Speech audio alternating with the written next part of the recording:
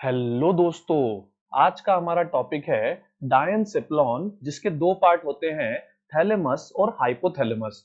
अब दोस्तों, जो हमारा दिमाग है उसमें जो अग्र मस्तिष्क होता है, फोरब्रेन होता है, उसी का पीछे वाला पार्ट जो है कहते हैं इसको, यानी पोस्टीरियर पार्ट ऑफ ब्रेन कहते हैं, फोरब्रेन कहते हैं। बट दोस्तों, इसको समझाने से पहले आई हैव सम क्वेश्चंस।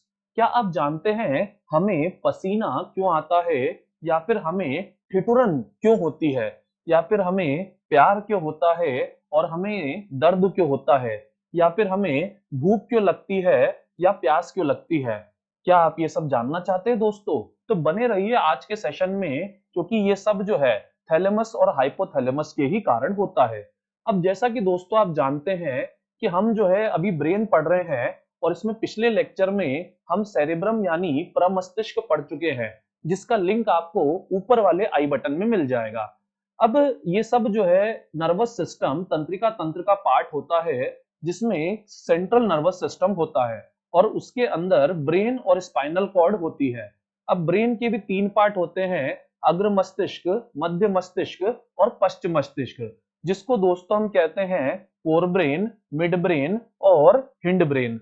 और इसमें हमारा दोस्तों, जैसा कि मैंने बताया, अग्र मस्तिष्क चल रहा है, जिसमें आज का हमारा टॉपिक है डायनसिप्लॉन। चलिए इसको शुरू करते हैं दोस्तों। अब इसमें सबसे पहले आइए थैलेमस पे। अब सबसे पहला सवाल ये होता है दोस्तों कि ये थैलेमस होता क्या है। तो देखिए, हमारा जो दिमाग है दोस्तों, ये राइट और लेफ्ट दो हेमिस्फीयर्स में बटा हुआ है, और ये दोनों हेमिस्फीयर अर्धगोलार्ध आपस में जुड़े हैं, किससे? कॉर्पस कैलोसम से।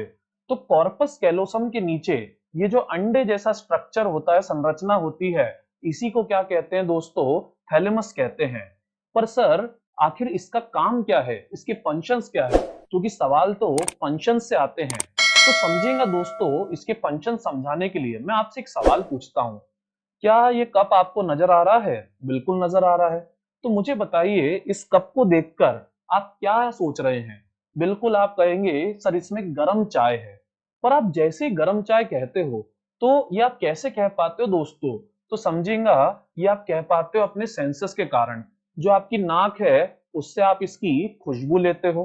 जो आपकी त्वचा है, स्किन है, उससे आप क्या करते हो? उसकी गर्मी लेते हो। आपकी जो आंखें हैं, उससे आप देखते हो कि इसके अंदर क्या है, चाय है। और अगर कोई आवाज लगाए तो अपने कानों से सुनते हो, और जीभ से चख के बताते हो कि ये चाय कैसी बनी है। अब आपके माइंड में दोस्तों एक सवाल आना चाहिए कि हमारे ये सब सेंस ऑर्गन जो है, इंद्रियां जो है, ये तो अलग अलग जगह है। तो फिर मिला जुला जवाब कैसे आता है, जो हम कहते हैं कि ये चाय बहुत गर्म है, अभी मत पियो, नहीं तो तुम्हारी जबान जो है जल जाएगी। मतलब पांचों सेंसेस जुड़कर कैसे काम करते हैं? तो दोस्तों, इसकी वजह होती है कुछ और नहीं। डायग्राम में देखिए, थैलेमस। थैलेमस वो रेलवे स्टेशन है जहां पर सारी इंद्रियां जो है वो क्या करती हैं, आकर मिलती हैं। और इसके बाद यहीं पर जो इंद्रियां हैं वो किस में कन्वर्ट होती है? फीलिंग में, एहसास में कन्वर्ट होती है, जिसके कारण आप सारे सेंसेस को क्या कर पाते हो? संसाधित कर पाते हो, प्रोसेस कर पाते हो। पर इसमें एक इंद्री दोस्तों नहीं आती है, जो कि है गंध। गंध यानी कि स्मेल। अब ऐसा क्यों दोस्तों? इसकी वजह यह है कि हमारा दिमाग का जो फोरब्रेन है, उसका एक तीसरा पार्ट भी होता है, जिसे कहते हैं हम घ्राणी पिंड, यानी कि ओलाफैक्टरी लोब्स। इसका काम जो है गंध का होता है। तो इसको छोड़ के सारे सेंस ऑर्गन जो है थैलेमस से होकर गुजरते हैं। पर थैलेमस से होकर सर ये क्यों गुजरते हैं? तो दोस्तों, ये इसलिए गुजरते हैं कि थैलेमस से ये कहाँ जाते हैं? ये सेरेब्रम में जाते हैं। जैसे आप जब रेलवे स्टेशन पे जाते हो, तो किसी स्टेशन पे अगर कोई ट्रेन रुकती है, तो फिर वो क्या करती है? अपने असली वाले लक्ष्य पर वहां से रवाना हो जाती है। तो ये क्या है? एक बस स्टॉप है, ट्रेन का स्टॉप है, जहां से हमारा दिमाग जो है, इसके जो अलग अलग हिस्से हैं सेरेब्रम के, जो मैंने आपको पिछले सेशन में क्लियर करे थे, parietal lobe, occipital lobe, temporal lobe वगैरह वगैरह, तो उन सब में क्या होता है, यहाँ से सेंसेशन बढ़ जाती है। जैसा कि मैंने आपको पिछले सेशन में समझाया था कि हमें दर्द जो है उसका कैसे पता पड़ता है? उसका हमें पता पड़ता है पेराइटल लोब से। पर अब आप कहोगे सर, आपके नोट्स में तो थैलेमस में दिया हुआ है दर्द। तो समझेगा दोस्तों, जब भी आपको कोई चोट लगती है हाथ में, तो उसका मैसेज सबसे पहले कहाँ जाता है? थैलेमस में जाता है। तो थैलेमस बताता है कि आपके हाथ में क्या है, कोई चीज है जिससे आपको दर्द हो रहा है। पर एक सवाल आपके माइंड में आना चाहिए कि सर हमें एग्जैक्टली पता कैसे पड़ता है कि दर्द कहाँ हो रहा है? तो ध्यान से सुनिएगा दोस्तों, इसका जवाब थैलेमस के पास नहीं होता है। लोकेशन जो है वो कौन बताता है? पैराइटल लोब जो है वो बताता है। इसीलिए थैलेमस में भली चीजें इकट्ठी हो रही है, पर उनका अपने अपने सेंटर्स पे सेरेब्रम में केंद्र में जाना जरूरी है ताकि हमें और डिटेल इंफॉर्मेशन मिल पाए। यानी ये क्या है दोस्तों? ये एक प्रकार से ट्रैफिक पुलिस है जो क्या करता है, दर्द ठंडा और गर्म को पहचानने का काम करता है, और हमारे जो इंद्रियां हैं उनके जो भी एक्सप्रेशन है उसको फीलिंग्स में बदलने का काम करता है। गर्म चाय। अब इसके अलावा एक और इसका दोस्तों बहुत इंपॉर्टेंट काम है। अगर मैं आपसे पूछूं दोस्तों कि आप मान लीजिए कोई किताब पढ़ रहे हैं या फिर सपोज इस वीडियो में मुझे ही सुन रहे हैं, तो क्या आपके आसपास जो कुछ भी हो रहा है उस पर आपका ध्यान जाएगा? जैसे पंखा चलना वगैरह? बिल्कुल नहीं। तो इतना कंसंट्रेशन, इतनी एकाग्रता आप कहां से ला रहे हैं? तो इसकी भी वजह क्या है दोस्तों? थैलेमस ही है। यह आपको कंसंट्रेशन में मदद करता है। जिस स्टिमुलाई, जिस उत्तेजना पर आप ध्यान देना चाहते हैं उस पर केंद्रित करवाता है, और जिससे आप इग्नोर करना चाहते हैं उससे आपका ध्यान जो है हटाने का भी काम करता है। तो यही होता है दोस्तों हमारा थैलेमस। अब नेक्स्ट आइए, अगला है हाइपोथैलेमस। सर सबसे पहले तो मेरा सवाल है, इसे हाइपोथैलेमस क्यों कहते हैं? तो समझिएगा दोस्तों, डायग्राम में देखिए, जो आपका दिमाग रहता है उसमें जो थैलेमस होता है, उस थैलेमस के एग्जैक्ट नीचे क्या है? हाइपोथैलेमस है। तो असल में हाइपो का मतलब क्या होता है दोस्तों? समझिएगा, हाइपो का मतलब होता है नीचे। मतलब ये क्या है? थैलेमस के नीचे है, इसीलिए इसका नाम हाइपोथैलेमस है। पर सर ये करता क्या है? तो दोस्तों ये करता क्या है, ये लिखा तो इस पैराग्राफ में है, पर मैं समझता हूं आपको ढंग से समझ नहीं आएगा कि ये एंडोक्राइन और नर्वस सिस्टम दोनों को जोड़ने का काम करता है। तो समझेगा दोस्तों इसको इस डायग्राम से जो आपके सामने है। दोस्तों ये एक व्यक्ति है जो किसी से झगड़ा कर रहा है, और झगड़ा करने के कारण आप देख सकते हैं इसके चेहरे पे कई सारी झुर्रियां आ गई हैं, कई सारे गुस्से वाले हाव भाव आ गए हैं। तो हम सब जानते हैं कि इसके चेहरे पे ये जो एक्सप्रेशंस आ रहे हैं, इनकी वजह तो नर्वस सिस्टम है, क्योंकि चेहरे पे क्या है? नर्व्स है, जिनके कारण इसके चेहरे पे अलग अलग तरह के तनाव वाले एक्सप्रेशन आ रहे हैं। पर दोस्तों इसके चेहरे से पसीना भी आ रहा है। तो ये पसीना क्यों आ रहा है? तो ये पसीना जो है स्वेट ग्लैंड यानी श्वेत ग्रंथियों के कारण आ रहा है। पर सवाल ये है कि भाई गुस्सा तो अपने चेहरे से ये दिखा रहा है, पर पसीना तो इसके पूरे शरीर से आ रहा है। तो आखिर ऐसा क्यों हो रहा है, और क्या ये इसको नियंत्रित कर सकता है?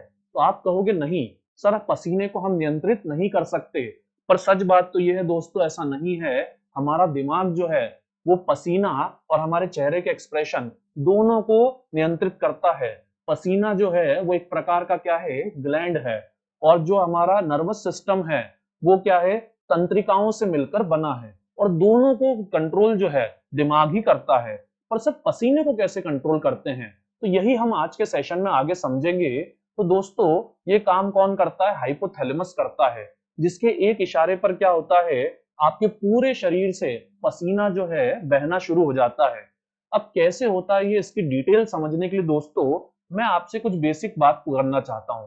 मुझे बताइए, महिलाओं के अंदर जो अगर हम बात करें तो उनके जो ब्रेस्ट होते हैं वो बड़े हो जाते हैं। महिलाओं के जो हिप्स हैं वो क्या होते हैं? चौड़े हो जाते हैं। पुरुष जो हैं उनकी क्या आ जाती है? दाढ़ी आ जाती है। तो आखिर ऐसा क्यों होता है? तो दोस्तों ऐसा होता है ल्यूटिनाइजिंग हार्मोन के कारण, जो कि कहां से निकलता है? पिट्यूटरी ग्लैंड से निकलता है। सर पिट्यूटरी ग्लैंड, ये नाम तो पीयूष ग्रंथि तो हमने सुना है, हम इसको बचपन में सर मास्टर ग्लैंड कहते थे। अब दोस्तों पिट्यूटरी ग्लैंड पे तो मैं एक सेपरेट सेशन लाऊंगा जिसमें मैं आपको बहुत डिटेल में समझाऊंगा, पर अभी के लिए जितना समझना है समझिए। मास्टर ग्लैंड कहते थे, तो ऐसा क्यों कहते थे समझेगा कि हमारा जो क्या कहते हैं ये टेस्टोस्टेरोन और एस्ट्रोजन निकल रहा है, जिसके कारण पुरुषों में दाढ़ी आ रही है और महिलाओं के हिप्स चौड़े हो रहे हैं, ब्रेस्ट बड़े हो रहे हैं। तो ये सब जो है ल्यूटिनाइजिंग हार्मोन के कारण हो रहा है, जो पिट्यूटरी ग्लैंड से निकलता है। तो मैंने क्या समझाया? एस्ट्रोजन, प्रोजेस्टेरोन, जो कि हमारे टेस्टिस, ओवरीज, अंडाणु और वृषण से निकलते हैं, उनको कंट्रोल ल्यूटिनाइजिंग हार्मोन करता है जो पिट्यूटरी ग्लैंड से निकलता है। पर असल बात तो ये है दोस्तों कि ये खुद भी किसी के कंट्रोल में है। तो किसके कंट्रोल में दोस्तों? ये पिट्यूटरी ग्लैंड जो है, इसके ऊपर एक चीज होती है जो कि है हाइपोथैलेमस। ये हाइपोथैलेमस क्या करता है? ये भी एक हार्मोन छोड़ता है जिसका नाम है गोनाडोट्रोपिन रिलीजिंग हार्मोन, GnRH। और जब ये रिलीज होता है तो उस समय क्या होता है? पिट्यूटरी ग्लैंड से लुटिनाइजिंग हार्मोन जो है निकलता है। सो इसलिए हम कह सकते हैं कि ये हाइपोथैलेमस क्या है, जो मास्टर ग्लैंड है, ये उसका भी क्या है? सुप्रीम कमांडर है। ये दोस्तों बहुत इंपॉर्टेंट है, अधिकतर स्टूडेंट्स इसमें बहुत ज्यादा कंफ्यूज रहते हैं। अब इसको समझने के लिए एक और एग्जांपल लेते हैं दोस्तों। अब मुझे बताइए, जो किडनी होती है, उस किडनी के ऊपर भी कोई सा ग्लैंड होता है दोस्तों? बिल्कुल, किडनी के ऊपर एक ग्लैंड होता है जो कि एड्रीनल ग्लैंड होता है, अधिवृक्क ग्रंथि होती है, जिससे क्या होता है? एड्रेनिल हार्मोन निकलता है, जो क्या करता है? इमरजेंसी में आपको धड़कनें बढ़ाना और रफ्तार से दौड़ना वगैरह वगैरह बहुत सारी शक्तियां प्रदान करता है। और इसके अलावा थायराइड होता है हमारे गले में, जो क्या करता है? थायराइड हार्मोन छोड़ता है, जो हमारे शरीर में सेल डिवीजन, कोशिका विभाजन में मदद करता है। पर ये हार्मोन निकलता क्यों है दोस्तों? तो समझेगा, ये हार्मोन भी पिट्यूटरी ग्लैंड के हार्मोन्स के कारण निकलता है, एड्रीनोकोर्टिकोट्रोपिक हार्मोन और थायराइड स्टिमुलेटिंग हार्मोन, यानी थायराइड से हार्मोन छुड़वाने वाला हार्मोन। तो पिट्यूटरी ग्लैंड इनको भी क्या कर रहा है? कंट्रोल कर रहा है। पर असल में दोस्तों ये भी खुद से नहीं हो रहा है, इसकी भी एक वजह है, जिसका नाम क्या है? जिसका नाम है thyrotropin releasing hormone, corticotropin releasing hormone. Cortico से आप याद कर सकते हैं एड्रीनल अधिवृक्क से जुड़ा है, और थायरो से आप याद कर सकते हैं कि ये थायराइड से जुड़ा है। मतलब हाइपोथैलेमस के ही अंडर में क्या है? ये काम कर रहा है। इसके अलावा दोस्तों ग्रोथ हार्मोन तो सबने सुना है, जिसके कारण लोग खली जैसे लंबे हो जाते हैं या बौने रह जाते हैं। तो ये ग्रोथ हार्मोन भी दोस्तों कहां से निकलता है? पिट्यूटरी ग्लैंड से निकलता है। लेकिन असल में ये भी क्या है? कंट्रोल में रहता है। किसके कंट्रोल में रहता है? हाइपोथैलेमस के कंट्रोल में रहता है, क्योंकि वहां से क्या निकलता है? ग्रोथ हार्मोन रिलीजिंग हार्मोन निकलता है। तो GRRH के कारण क्या होता है? GH जो है काम करता है। अब लास्ट वाला दोस्तों देखिए, ऑक्सीटोसिन और वेसोप्रेसिन। अब ये दोनों हार्मोन पिट्यूटरी ग्लैंड से निकलते हैं, जिनके कारण क्या होता है? जो किडनी है वो अधिकतर पानी रोक के रख पाती है, और जो हमारे महिलाओं के ब्रेस्ट होते हैं और जो महिलाओं की क्या कहते हैं यूट्रस होती है, वो बर्थ के टाइम पे क्या होती है? सिकुड़ जाती है। तो जैसा आप समझ सकते हैं, ये पिट्यूटरी ग्लैंड के हार्मोन से हो रहा है। पर सच तो ये है दोस्तों कि ये हार्मोन असल में कहां से निकल रहे हैं? ऑक्सीटोसिन और वेसिप्रोसिन दोनों की दोनों हाइपोथैलेमस से निकल रहे हैं। पर स्टोर कहां हो रहे हैं? ध्यान से सुनिएगा, जो पोस्टीरियर लोब है उसमें, पीछे वाला जो लोब है उसमें ये क्या हो रहे हैं? स्टोर हो रहे हैं। पर सर इतनी सारी जानकारी जो आपने दी, ये क्या काम आती है? तो दोस्तों ये इमोशंस जो हैं, ये कैसे काम आते हैं समझेगा। ये लाइन जरा पढ़िए दोनों की दोनों। यह अंतःस्रावी ग्रंथियों से स्रावित होने वाले हार्मोन्स को नियंत्रित करता है। तो देखिए ये सब क्या है? ये सब जो नीचे दिए हैं, ओवरीज, टेस्टिस, ये अधिवृक्क, थायराइड, किडनी, ब्रेस्ट, ये सब क्या है दोस्तों? ये सब जो है अंतःस्रावी ग्रंथियां हैं। तो इनसे जो हार्मोन निकल रहे हैं, उनको क्या कर रहा है? हाइपोथैलेमस नियंत्रित कर रहा है। इसके अलावा दोस्तों देखिए, पोस्टीरियर पिट्यूटरी ग्रंथि से जो हार्मोन स्रावित होते हैं, वो इससे स्रावित होते हैं। इसका मतलब समझिए, एडीएच और ऑक्सीटोसिन जो कि पोस्टीरियर ग्लैंड से निकलते हैं, वो असल में कहां से निकल रहे हैं? हाइपोथैलेमस से ही निकल रहे हैं, जैसा कि अभी हमने समझा। और इसीलिए कहते हैं कि जो एंटीरियर वाला जो पिट्यूटरी ग्लैंड है, पीयूष ग्रंथि है, उसको कंट्रोल कौन करता है? हाइपोथैलेमस करता है। क्योंकि पोस्टीरियर के हार्मोन असल में निकलते ही कहां से है? हाइपोथैलेमस से निकलते हैं। मैं समझता हूं दोस्तों आपको काफी अच्छे से यहां तक क्लियर हुआ होगा। पर सर हम तो किताबों में कुछ और पढ़ते हैं मेन तौर पे, कि ये भूख को नियंत्रित करता है, प्यास को नियंत्रित करता है, तापमान नियंत्रण, टेम्परेचर रेगुलेशन करता है, और प्यार और घृणा जैसे इमोशंस तक को नियंत्रित करता है। तो सर ये सब कैसे होता है? रक्तदाब, जल का उपापचय, मेटाबॉलिज्म, पसीना, गुस्सा, खुशी, ये एक्सप्लेन कीजिए सर। तो समझेगा दोस्तों, भूख की हम बात करते हैं। दोस्तों मुझे बताओ, जब आपको भूख लगती है तब क्या होता है? भाई पेट में चूहे दौड़ने लग जाते हैं। तो ऐसा क्यों होता है? क्या आपने कभी सोचा है? तो दोस्तों इसकी भी वजह एक हार्मोन है जिसे हम कहते हैं ग्रेलिन हार्मोन। ये ग्रेलिन हार्मोन जो है हंगर हार्मोन भी कहा जाता है। ये हार्मोन जो है आपके पेट से रिलीज होता है जब आपका पेट जो है खाली होता है, और उस समय हाइपोथैलेमस के पास ये हार्मोन जाता है, और तब हाइपोथैलेमस आपको कहता है कि भाई कुछ खा ले, तुझे बहुत भूख लग रही है। पर सर जब पेट भर जाता है तब कैसे पता पड़ता है कि पेट भर गया है? तो दोस्तों आपकी मम्मी का एक स्टेटमेंट बताता हूं जो आपने बचपन में खूब सुना है, बेटा धीरे धीरे खा, नहीं तो तू मोटा हो जाएगा। तो दोस्तों मम्मी ऐसा इसलिए कहती है क्योंकि हमारे जो फूड के सेल्स होते हैं, जो हम खाना खाते हैं, उससे भी क्या होता है, एक हार्मोन निकलता है जिसका नाम क्या है, लेप्टिन हार्मोन। ये लेप्टिन हार्मोन हमारे दिमाग में जाके बताता है कि भाई आपका पेट भर गया है, अब और मत खाओ। और इसको पहुंचने में 20 मिनट का समय लगता है। इसीलिए कहते हैं बड़े बुजुर्ग, खाना धीरे धीरे खाना चाहिए, ताकि आपको ऐसा ना हो कि पता ही ना पड़े कि आपका पेट कब भर गया और आप ढेर सारा खाना क्या करो, खा लो। तो इस तरीके से हाइपोथैलेमस जो है वो आपकी भूख को कंट्रोल करता है। पर सर प्यास क्यों लगती है? तो समझेगा दोस्तों, हम इंसानों की बॉडी मेन तौर पे किससे बनी है?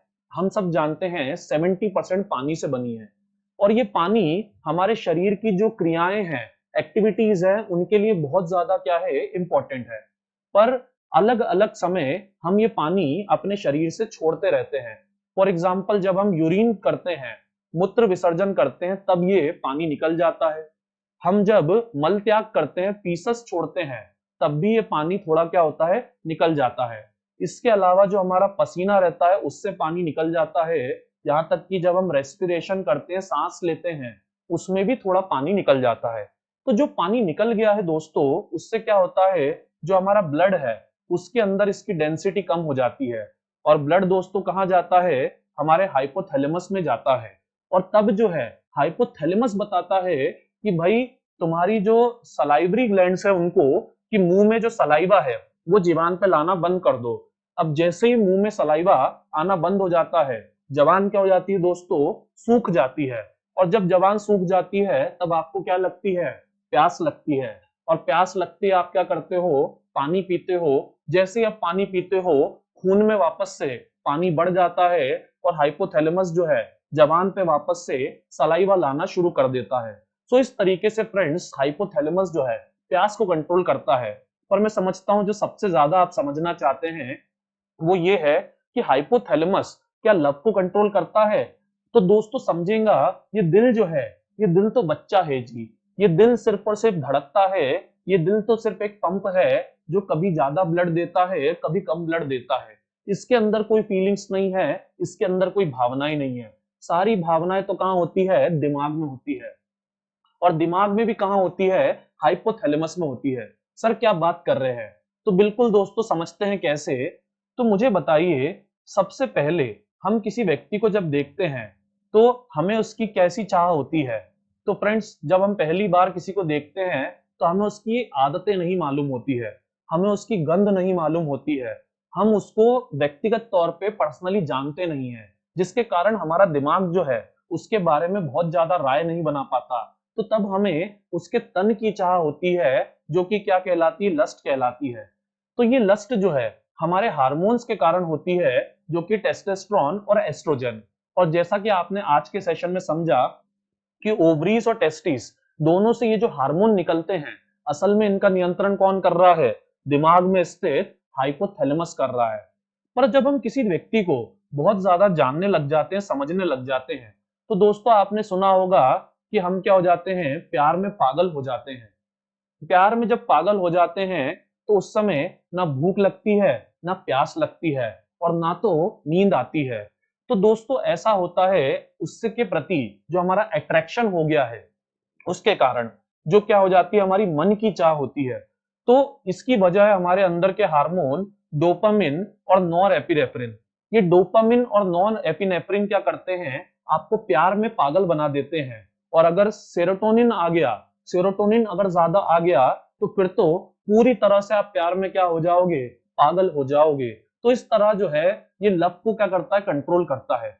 पर दोस्तों फिर भी आपके मन में एक सवाल होगा कि हमारे देश में तो अरेंज मैरिजेस होती हैं। तो इस अरेंज मैरिज वाले देश में इतनी लंबी मैरिजेस कैसे चलती हैं? भाई उनमें तो आपस में प्यार होता ही नहीं है, वो तो शुरू में एक दूसरे को जानते तक नहीं है। तो दोस्तों वो क्या होते हैं, लंबे समय तक एक दूसरे के साथ रहते हैं, और जब वो लंबे समय तक एक दूसरे के साथ रहते हैं तो उनके अंदर एक अलग ही फीलिंग आ जाती है, जिसको हम कहते हैं डीप लव, गहरा प्यार, जिसको हम कह सकते हैं अटैचमेंट। एक ऐसा जुड़ाव बन जाता है कि हम उस व्यक्ति से अलग ही होना नहीं चाहते हैं। तो इसकी वजह भी दोस्तों हार्मोन है, जो कि है ऑक्सीटोसिन और वैसोप्रेसिन। तो 3 प्रकार का प्यार होता है, और ये प्यार कुछ भी नहीं है दोस्तों, ये तो बस क्या है, ये तो बस एक हार्मोनल लोचा है, जो किससे नियंत्रित होता है, हाइपोथैलेमस से ही नियंत्रित होता है। और इसी तरह दोस्तों प्यार का उल्टा क्या होता है, गुस्सा होता है। अब आजकल आपने ध्यान दिया दोस्तों, तो डॉक्टर्स इसके बारे में सबसे ज्यादा बात करते हैं। वो साफ कहते हैं स्ट्रेस मत लो, तुम बीमार पड़ जाओगे। तो दोस्तों ऐसा क्यों कहते हैं डॉक्टर, समझिएगा। जब आप स्ट्रेस लेते हो तो आपका ब्लड प्रेशर क्या हो जाता है, बढ़ जाता है। आपकी ब्लड वेसल्स क्या हो जाती हैं, पतली हो जाती हैं। आपकी जो ब्रोंक्यूल्स हैं, जिनसे आप सांस लेते हो, वायु कूपिकाएं, वो क्या हो जाती हैं, छोटी हो जाती हैं। और पेट जो है वो डाइजेशन का भी काम जो है ढंग से नहीं कर पाता है। सो ऐसी बहुत सारी चीजें, बहुत सारे हार्मोन्स निकलते हैं जो क्या करते हैं, आपके शरीर को खराब करते हैं। इसीलिए कहा जाता है कि खुश रहिए, नहीं तो आप क्या होगा, बीमार पड़ जाएंगे।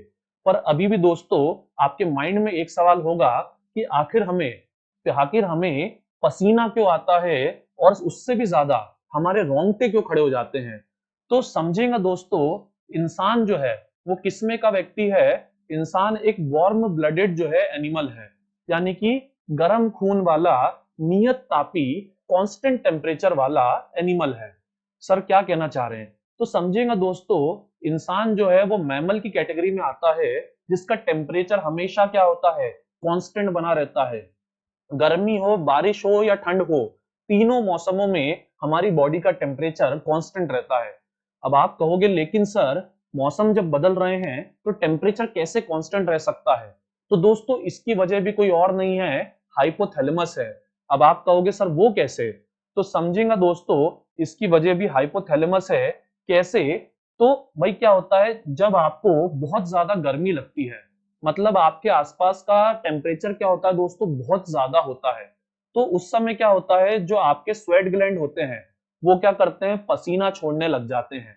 अब पसीना छोड़ने लग जाते हैं तो आपका पूरा शरीर कैसा हो जाता है दोस्तों, गीला हो जाता है। अब लेकिन इस गीले होने का क्या फायदा है दोस्तों, समझिएगा। अगर आपका मुंह गीला है और आप पंखे के नीचे खड़े हो जाओ, तो मुझे बताओ क्या आपको ठंडक मिलेगी? डेफिनेटली दोस्तों आपको बहुत ठंडक मिलेगी। क्योंकि होता क्या है, जब पानी का हमारे चेहरे पर से इवोपरेशन होता है, वाष्पीकरण होता है, सो उस समय वो क्या करता है, जो पानी अपनी ठंडक है वो हमारे चेहरे पर छोड़ देता है, और सारी जो गर्मी है उसको सोख कर ही वो क्या होता है, इवोपरेट होता है। अरे भाई पतीली को जब गर्म करोगे, पानी तब तो उबलेगा, तब तो इवोपरेट होगा। तो हमारे चेहरे पे जितनी भी गर्मी है वो लेकर पानी क्या हो जाता है, इवोपरेट हो जाता है। सो इसलिए जब भी गर्मी ज्यादा होती है तो हमें पसीना आता है, ताकि हमारी बॉडी क्या हो जाए, ठंडी हो जाए।